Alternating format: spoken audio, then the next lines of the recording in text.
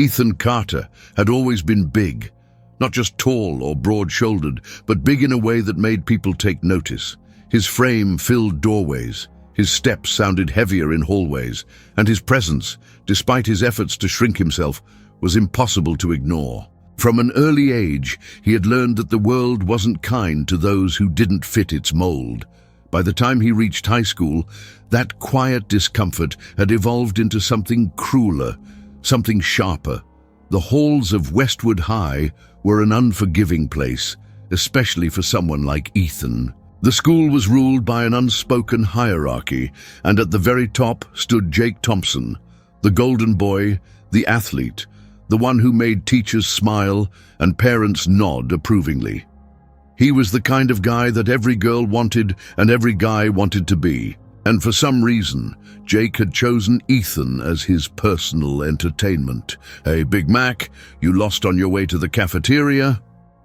Jake's voice rang out across the crowded hallway, drawing laughter from his circle of football players.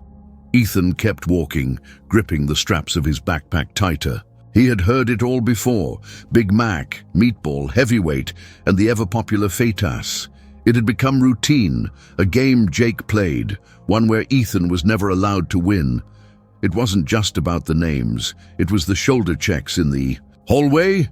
The trays knocked from his hands in the cafeteria, the subtle but deliberate way he was excluded from everything that mattered. Teachers either didn't notice or didn't care, and the other students, they either laughed along or stayed silent, afraid to be the next target. But what they didn't know, what none of them knew, was that Ethan wasn't weak. His size wasn't a disadvantage, and it wasn't what held him back. It wasn't his weight that made him struggle. It was the fact that he had never been taught how to fight back the right way. That was where Uncle Frank came in. Frank Carter had once been a rising star in the underground fight circuit, a man whose fists had earned him a reputation that outlived his career. He had been feared, respected, and at the height of his success, destroyed by a single mistake. One punch, one wrong move. A man in a coma. A career gone overnight. Frank had never stepped into a ring again, but he knew talent when he saw it. And Ethan? He had it. "You're not slow, kid," Frank had told him after their first real training session. Ethan, drenched in sweat, had leaned against the wall of the dimly lit garage that served as their gym, trying to catch his breath. "You're just carrying your strength in the wrong places. Your body ain't the problem, your discipline is." So night after night, while the rest of the world ignored him, Ethan trained. He learned footwork, timing, precision. He learned how to use his size to his advantage, how to move in a way that made people underestimate him, until it was too late. He sparred, bruised, bled, and refused to quit, because for the first time in his life, he had something to prove. But none of that mattered at Westwood High. In the halls, he was still Big Mac. He was still a joke, and every insult, every shove, every whispered remark about his weight and his worth only added to the fire building inside of him. Then came the day that changed everything. It was a Friday afternoon. The cafeteria was buzzing with the usual end-of-week energy. Students making plans, seniors talking about college, the football team sitting at their usual table, laughing too loud and taking up too much space. Ethan sat alone as usual, his tray untouched in front of him. Then Jake Thompson walked up to his table. "Ethan," Jake said, his tone oddly friendly. It was so out of character that Ethan immediately went on alert. He looked up, meeting Jake's smirk with an unreadable stare. "What do you want?" Jake spread his arms dramatically. "Come on, man. Can't a guy just be nice for once? Look, we're having a little party tonight. Big season opener, you know how it is, and you're invited." The cafeteria went quiet. People stopped mid-conversation, glancing at each other in confusion. "Ethan? Invited to a football party?" Ethan set his fork down. "Why?" Jake grinned, the picture of innocence. "Because, dude, it's time to bury the hatchet. Start fresh. You're part of this school too, right? Come hang out. Meet some people. It'll be fun." The way he said fun sent a chill through Ethan's spine. He knew this wasn't a peace offering, it was a setup, a trap. The old Ethan, the one who let Jake and his crew dictate his life, would have said no, would have kept his head down and walked away. But Ethan wasn't that guy anymore. He pushed his chair back, standing to his full height. "All right, I'll be there." A flicker of surprise crossed Jake's face before he quickly covered it with another smirk. "Good. Don't be late." That night, Ethan arrived at the party just outside of town. It wasn't in some house or backyard. It was in an abandoned warehouse, a place that smelled like rust and old oil, where the football team had set up a makeshift ring. The second he saw it, he knew. This wasn't a party. This was a fight club. Music blasted from portable speakers. A crowd had already gathered, students cheering as two guys in the ring went at it, sweat flying as fists connected with flesh. There was a betting table on the side, where a couple of seniors handled cash, like seasoned bookies. Jake stood near the ring, holding a microphone. When he saw Ethan, his grin widened. "Ladies and gentlemen, look who finally showed up." Jake's voice echoed through the warehouse, and the crowd turned, laughing and jeering. "You know, I've been thinking, our Big Mac here has always wanted to be part of the action, and tonight he gets his shot," the crowd roared, a mix of excitement and cruelty. Ethan knew what was happening. They wanted a show. They wanted him to be humiliated, but they didn't know who they were dealing with. He stepped forward, unzipping his hoodie and tossing it aside. Underneath, he wore a simple black tank top, nothing flashy, nothing impressive. But the second his arms were exposed, the energy in the room shifted because Ethan Carter wasn't fat. He was built, broad shoulders, powerful arms, a core that showed discipline, not indulgence. The jeers died down. People exchanged confused glances. Jake's smile faltered. Ethan climbed into the ring. "If you want to fight," he said, his voice steady. "Then let's fight." The crowd erupted, the energy now electric. This wasn't what they expected, and for the first time in his life, Ethan Carter wasn't invisible anymore. The moment Ethan stepped into the ring, the atmosphere in the warehouse changed. The playful jeers and laughter that had filled the air moments ago shifted into something else, something more uncertain. People in the crowd exchanged glances, whispering to one another. This wasn't the usual setup. They had expected Ethan to shrink away, to laugh it off, or at best, stumble into the ring and embarrass himself. Instead, he had stepped forward without hesitation, without fear. And now that he was standing there under the harsh industrial lights, there was something unsettling about him, something controlled. Jake Thompson noticed it too. His smirk was still plastered on his face, but it wasn't as easy as before. He was watching Ethan in a different way now, as if he were trying to piece together something that hadn't been there before. He had seen Ethan every day at school, the same guy who sat alone at lunch, the one who took every hit, every insult, every humiliation without a word. But this Ethan, the one standing in the ring, was someone else. He wasn't nervous. He wasn't sweating or looking for an escape. He was standing still, his breathing slow and measured, his hands relaxed but ready. A ripple of excitement went through the crowd as Jake finally climbed into the ring, microphone still in hand. He raised it to his lips, forcing his voice into that same cocky, charismatic tone he always used. "Well, folks, it looks like we've got ourselves a real fight tonight. Big Mac thinks he can handle the heat. Who wants to see if he can back it up?" The crowd responded with cheers and whistles, but there was hesitation underneath it all. They wanted to see a beating, but something felt off. Ethan wasn't acting, like a guy about to lose. Jake tossed the microphone aside and cracked his knuckles, taking a few steps closer. He was barefoot, wearing only his gym shorts, his lean, athletic frame on full display. He had trained for years, built for football, fast, explosive, and used to overpowering weaker opponents. But Ethan wasn't moving the way a scared kid should. "Come on, Carter," Jake said, bouncing lightly on his feet, his confidence creeping back. "Let's see what you've got." Ethan didn't respond. He just lifted his fists. His stance is solid, weight evenly distributed, chin tucked, perfectly balanced.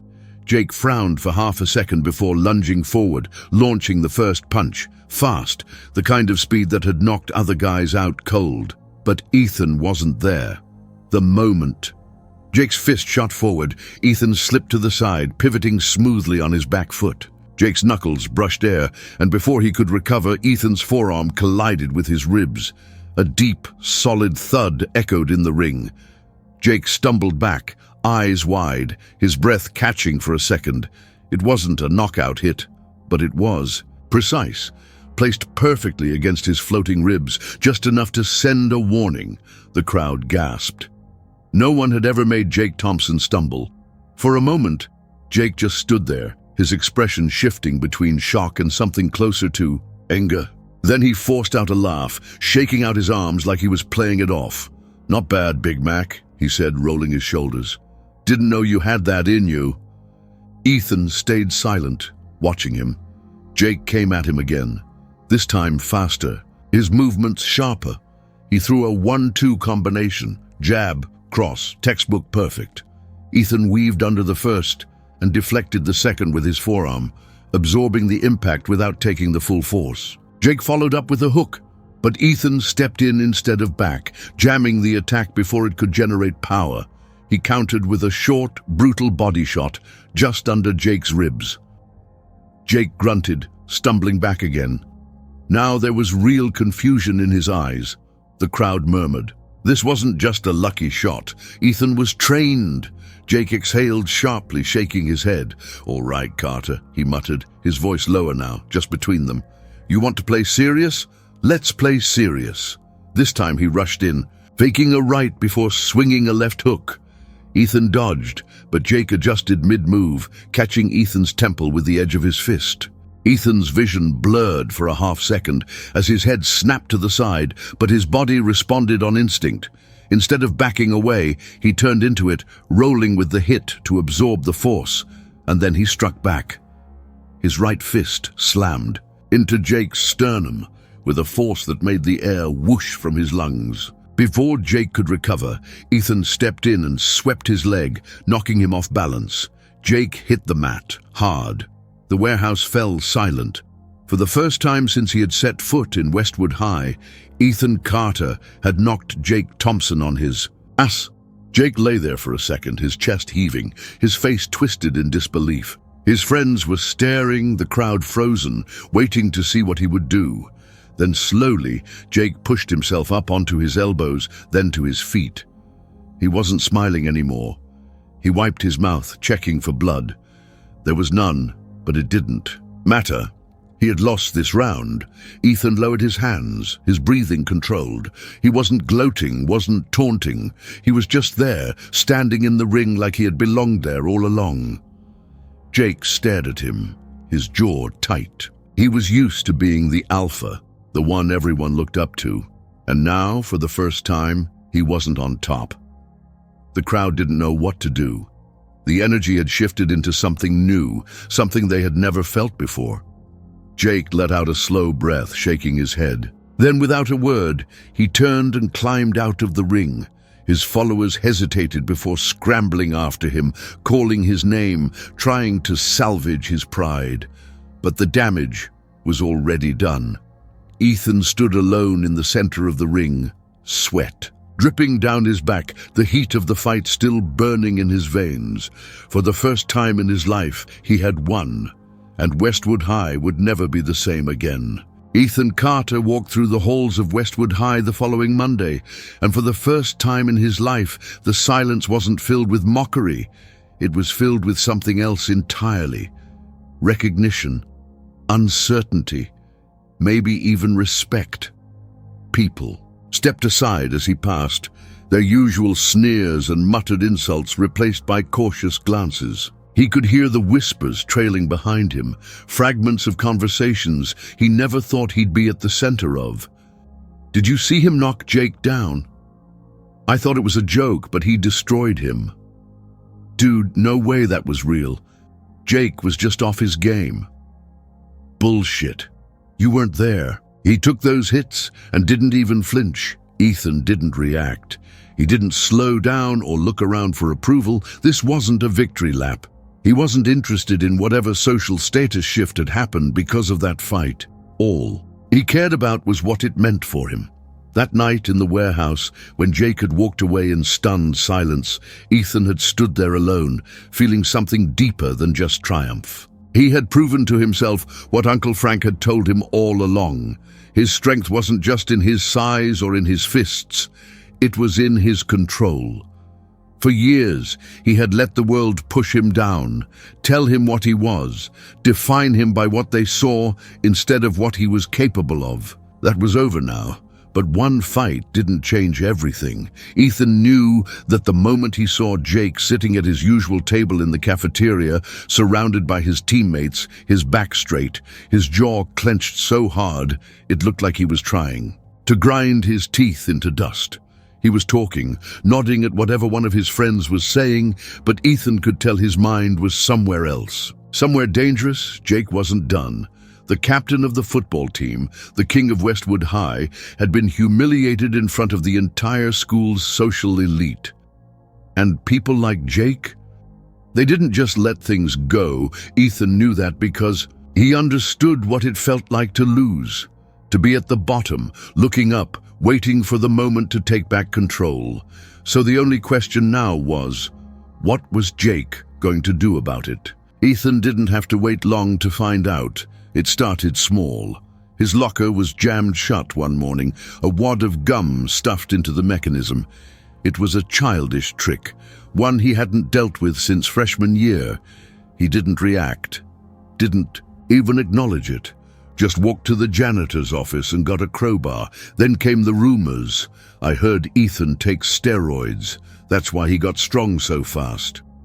His uncle's some washed-up street fighter, probably teaching him dirty moves. Yeah, man, he probably paid Jake to throw that fight. Again, Ethan ignored it. Words didn't mean anything to him anymore. But then things escalated. One afternoon, after training with Uncle Frank, Ethan stepped out of the garage and found his bike destroyed. The frame had been bent out of shape, the tires slashed, the chain snapped in half. That night, he sat across from Uncle Frank at the small, cluttered kitchen table, eating in silence. "You gonna tell me what's on your mind? Or you gonna sit there staring at that plate all night?" Frank asked, not looking up from his meal. Ethan hesitated, then set his fork down. "I think Jake's coming for me." Frank took a slow sip of his beer, then nodded like he'd expected as much. Yeah, that was obvious. Ethan exhaled through his nose, rubbing his hands together. "I don't get it. He's already lost. Why keep pushing?" Frank leaned back in his chair, eyeing Ethan with something close to amusement. "Because you changed the script, kid. You weren't supposed to win. You weren't even supposed to compete. And now he's got to decide what kind of man he is, one that takes a loss and grows from it, or one that refuses to accept reality." Ethan tapped his fingers against the table, thinking, "So what do I do?" Frank smirked. "You already know the answer. You fight if you have to, but only if you have to." And Ethan agreed, until that night. He was walking home, late, his breath visible in the cold air. The streets were quiet, the kind of quiet that only came when the whole world seemed to be inside, warm and safe. Then he heard it. The scrape of shoes on pavement, the shuffle of movement just out of sight. Ethan stopped, his body going still. He turned his head slightly, catching the reflection of movement in a parked car's window. There were 3 of them, then 4, then 5. Jake wasn't alone. Ethan's pulse didn't spike, his breathing didn't quicken. He had trained for this. exact moment. He waited until they made their move. A figure lunged from the shadows, trying to grab him. Ethan stepped into the attack instead of away, twisting the guy's arm and sending him sprawling onto the pavement with a sharp grunt. Another came at him from the side, aiming for a cheap shot to the ribs. Ethan turned just in time, taking the hit on his forearm before driving his elbow into the guy's gut, folding him in half, but then something hard and fast connected with the back of his knee, sending him staggering forward. Jake's voice cut through the night. "Not so tough when it's not one-on-one, huh?" Ethan gritted his teeth, regaining his balance. His leg throbbed where he'd been hit, probably a metal pipe or a bat. He couldn't take another hit like that. Two more came at him, fists swinging. Wild.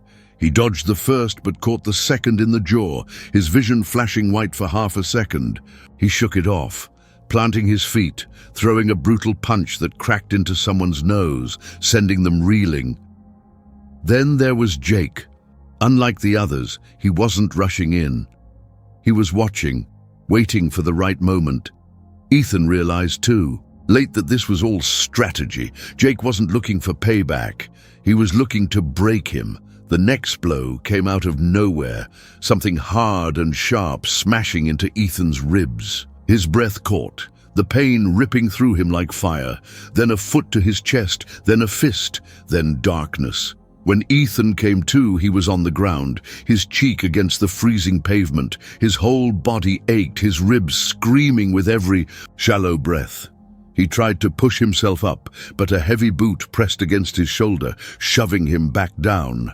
Jake crouched beside him, voice low, almost casual. "Here's the thing, Carter. You had your little moment. You got your fight. But you don't get to win. Not against me." Ethan glared up at him, blood on his lip. He didn't speak. Jake leaned in closer, his smile returning. "Stay down, Carter, or next time I won't stop." Then just like that, they were gone. Ethan lay there for a long moment, staring up at the sky. He wasn't angry, he wasn't scared, he was just done. Done playing by Jake's rules. Done being the one on the ground. And no matter how much pain he was in, one thing was certain: this wasn't over. Ethan sat on the edge of his bed, staring at the bruises that painted his arms in shades of deep purple and sickly yellow. His ribs ached with every breath. His jaw throbbed, and his knuckles were raw from the fight. Or rather, the beating. Because that's what it had been, a lesson, not a fight. Jake had planned it down to the last detail. The numbers, the location, the psychological weight of it all. It wasn't about revenge. It wasn't about proving who was stronger. It was about breaking Ethan, about reminding him where he stood. He had been outnumbered, caught off guard, and methodically taken apart piece by piece.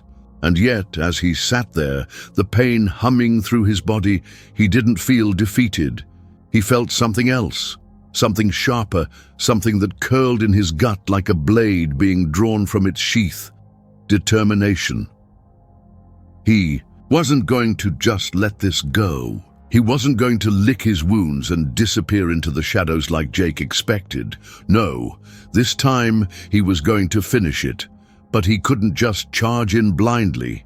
That was the mistake Jake wanted him to make. To be ruled by anger. To let his emotions dictate his next move. And Ethan had learned something important that night. Jake wasn't just a bully. He was a tactician. Ethan had spent years thinking Jake was just some privileged, arrogant golden boy who relied on his popularity and physicality to keep control. But that wasn't it. Jake calculated his moves. He controlled not just people, but perception. That was how he stayed on top. So if Ethan wanted to end this, he had to be smarter. The first step was getting back on his feet. He pushed himself up from the bed, wincing as his ribs protested. His entire body felt shattered, but he had trained through pain before. This was no different. An hour later, he was in the garage, wrapping his hands, moving slowly but methodically. Frank was already waiting, leaning against the workbench, arms crossed as he watched. "You look like hell, kid," Frank said finally, voice casual but eyes sharp. Ethan tightened the wraps on his right hand. Feel like it too? Frank exhaled through his nose. Let me guess, Jake and his boys. Ethan just nodded. He knew he didn't have to explain. Frank had seen that look before, the one Ethan wore now, the one that said he wasn't just planning to fight back. He was planning to win. Frank pushed off the bench and walked over, picking up a roll of athletic tape. All right, you want to do this? We do it right, but you're not stepping into a fight until you're ready. Ethan gritted his teeth. I am ready. Frank slammed the tape onto the workbench, the sound cracking through the garage like a gunshot. No, you're not. His eyes locked onto Ethan's, his usual calmness replaced with something harder. You think you are because you're pissed off. But fighting pissed is fighting stupid, and you fight stupid, you lose. Again. Ethan clenched his fists. He wanted to argue. He wanted to say he wasn't angry, that he was fine, that he could handle it. But Frank saw through him, just like always, so instead he nodded. All right. What do I do? Frank's lips twitched just slightly. Now you're asking the right questions. Training changed after that. Before, it had been about strength, endurance, precision. Now, it was about strategy. Frank put him through hell. Drills that forced him to react in an instant, to read his opponent's movements before they even happened. Control, timing, awareness. Every night, Ethan left the garage exhausted but sharper than before. And then the real work began. Ethan started studying Jake, not just as a fighter, but as a person. He watched him in the halls, saw the way he moved, the way people reacted to him. He paid attention to who Jake trusted, who he relied on, and he found the cracks. Jake wasn't invincible. He had weaknesses, just like everyone else. One of them was Mark Evans, his right-hand man. The guy who followed Jake like a shadow, always the first to laugh at his jokes, always the one to throw the first punch if Jake wanted someone put in their place. Mark wasn't smart. He was loyal, but only because he didn't know how to be anything else. And the other, pressure. Jake thrived in control, but when things started slipping, when he wasn't in charge of the narrative, he reacted badly. Ethan could use that. It was just a matter of time. That time came on a Friday night. Another warehouse gathering, another underground fight night. But this time, Ethan was coming for a different kind of fight. He arrived alone, dressed in a hoodie, his hands stuffed into his pockets, his presence drawing attention the moment he stepped inside. The crowd parted for him, whispers spreading. Like wildfire, Jake was already in the ring, grinning like he owned the place, soaking in the energy from the crowd. But the moment he saw Ethan, something flickered in his expression. Not fear, not yet, but something close to it. Ethan didn't hesitate. He stepped toward the ring, climbed in, and took his hoodie off in one smooth motion. Underneath, he wore the same black tank top from before, the one that had made everyone realize he wasn't just big, he was built. Jake's smirk twitched. Ethan rolled his shoulders, loosening up. Then he looked Jake dead in the eye and said, "Let's finish this!" A murmur rippled through the crowd. Jake let out a short laugh, shaking his head. "You got a death wish, Carter?" Ethan tilted his head slightly. "You sure that's not your problem?" That flicker of doubt in Jake's eyes grew, just for a second. But he covered it up fast, rolling his neck before cracking his knuckles. "All right, Big Mac, let's see what you've really got." The ref barely had time to step back before Jake charged. Ethan didn't move. Not yet. Jake swung fast, his signature opening, an aggressive high-speed combination meant to overwhelm his opponent immediately. But Ethan was ready. He swayed to the side, barely dodging the first punch, then deflected the second with his forearm. Instead of retreating, he stepped in, forcing Jake off balance. Then he hit him hard. The first shot landed on Jake's ribs, sending a deep shock through his core. Before Jake could react, Ethan followed up with a calculated, brutal uppercut to the jaw. Jake stumbled back, eyes wide. Ethan advanced. He didn't let Jake breathe. This wasn't like last time. This wasn't a desperate fight for respect. This was a dismantling. Every hit was placed with surgical precision. Every dodge was effortless. The crowd wasn't cheering anymore. They were watching, realizing Jake wasn't winning. Then came the moment Ethan had been waiting for. Jake, desperate, furious, swung wildly, a last-ditch attempt to turn the fight around. Ethan dodged. And then, before Jake could recover, he hit him with everything he had left. The impact was devastating. Jake crumpled. The warehouse fell into a stunned, hollow silence. Ethan stood over him, chest heaving, and then slowly he turned, stepping back, looking at the crowd. For the first time in his life, he wasn't invisible. He was undeniable. Jake had fallen, and Ethan Carter had won. The moment Jake hit the mat, the world inside the warehouse seemed to freeze. The air hung thick with the weight of something undeniable, something irreversible. The crowd, which had been buzzing with excitement just moments ago, had gone silent, their cheers replaced by the collective realization that something they never thought possible had just happened. Jake Thompson, the king of Westwood High, the undefeated, the golden boy, had lost. Ethan didn't move.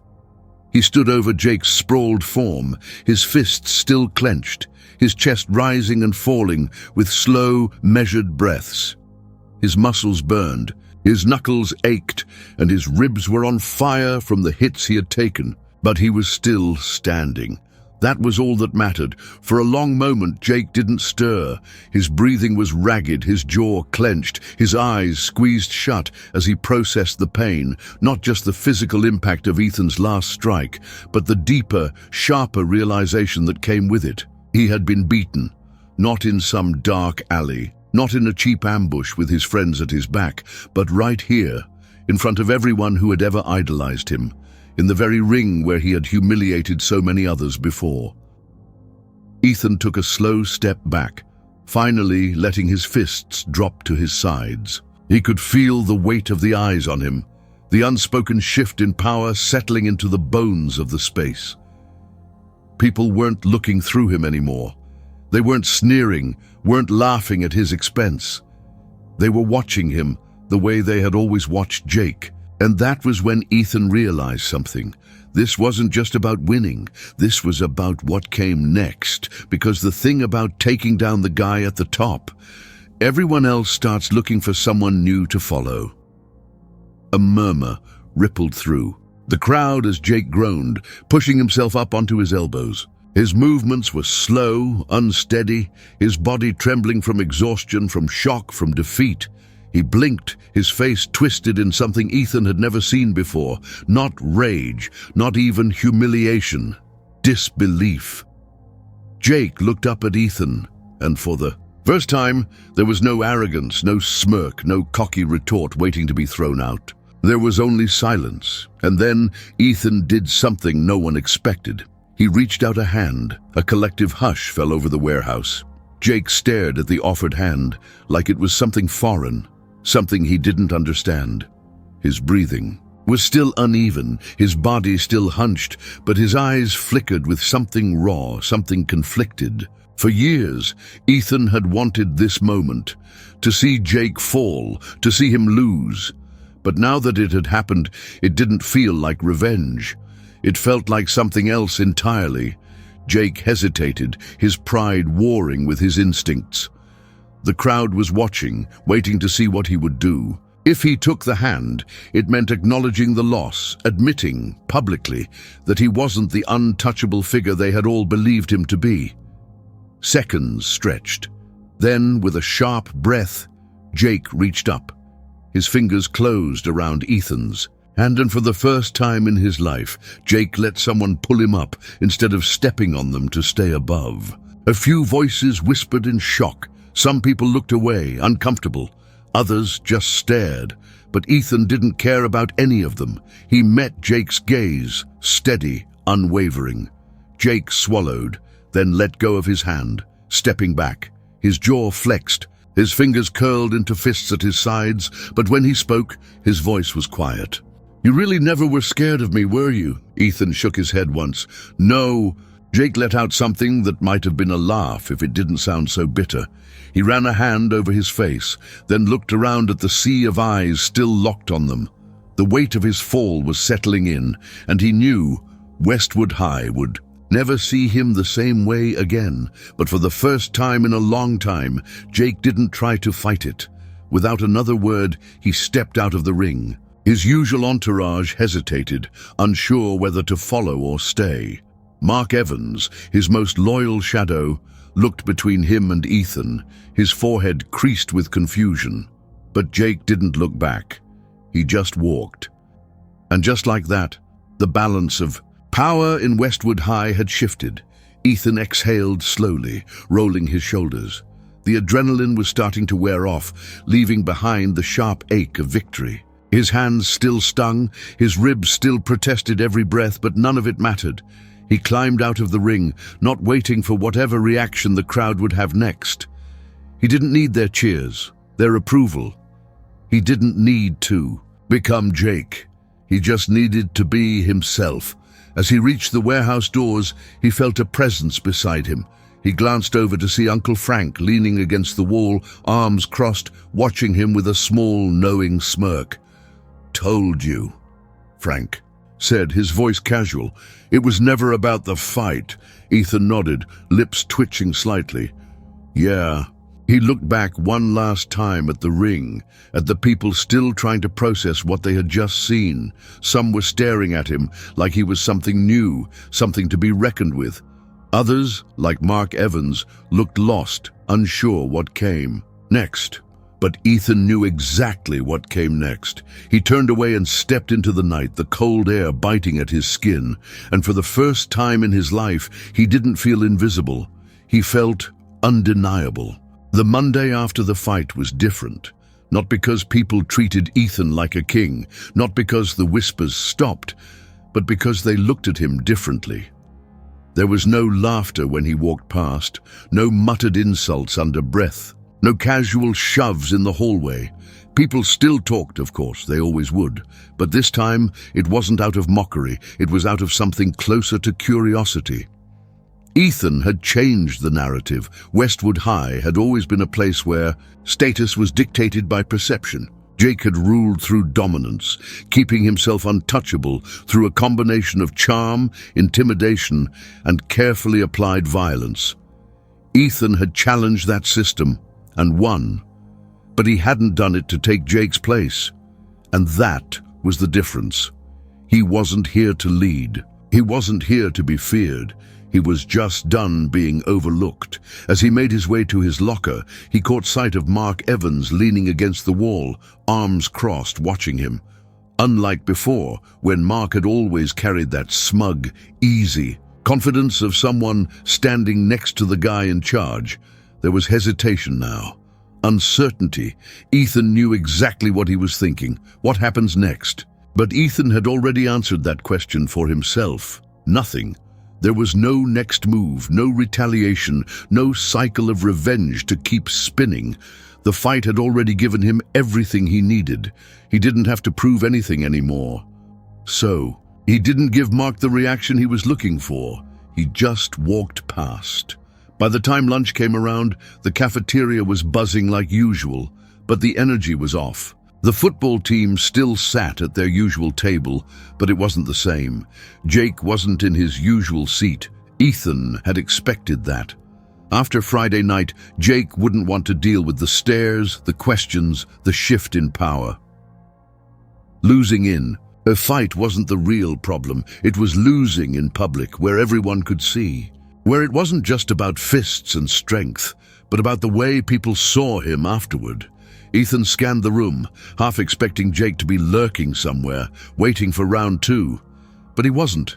Instead, Jake was alone, sitting at a table. Near the back, no crowd, no Mark, no adoring entourage laughing at his every word, just him. Ethan considered walking past, ignoring him completely. Maybe that would have been the easiest thing to do, but something pulled him in a different direction. He grabbed his tray and walked toward Jake's table. A few heads turned, people whispering in anticipation, waiting for some final showdown. Jake glanced up as Ethan reached the table. his expression unreadable. For a moment, neither of them spoke. Then finally, Ethan sat down across from him, setting his tray down with a quiet thud. Jake's eyes flickered with something that wasn't quite hostility, but wasn't quite acceptance either. "What? You here to gloat?" Ethan shook his head. "No." Jake let out a dry laugh. "Then what?" Ethan leaned back, meeting his gaze without hesitation. "Just figured you might want to eat without people staring at you like a sideshow." Jake's jaw tightened. He glanced around, noticing for the first time the way people were watching, waiting to see what would happen. He sighed and ran a hand through his hair. "Yeah, that's getting old fast." They ate in silence for a while. It wasn't comfortable, but it wasn't hostile either, and for the first time, Ethan saw Jake as something other than an enemy, just a guy who had ruled for too long and didn't know how to exist without a crown. Finally, Jake exhaled and looked at him. "So what now?" Ethan took a bite of his food before answering. "I move on." Jake studied him for a long moment before shaking his head with a small, tired smirk. "You're a weird guy, Carter." Ethan smirked back. "So, I've been told. They weren't friends. They never would be. But for the first time, they weren't enemies either. And that was enough." That night, Ethan walked into Uncle Frank's garage like he had done 100 times before. But this time, something felt different. Frank was already waiting, arms crossed, watching him with an unreadable expression. Ethan dropped his bag by the door and started wrapping his hands, expecting the usual routine. But Frank didn't move. "You won," Frank said finally. Ethan nodded. "Yeah." Frank tilted his head slightly. "So why are you still here?" Ethan tightened the wrap around his knuckles and met his uncle's eyes. "Because I'm not done." Frank's lips twitched in something close to approval. "Good answer." Ethan stepped onto the mat, his body still sore from the fight, his bruises still healing. But for the first time in his life, he wasn't fighting to prove something to anyone else. He was fighting for himself, and that was all he needed. If you enjoyed the story and want to see more content like this, support the channel by subscribing, liking, and turning on notifications.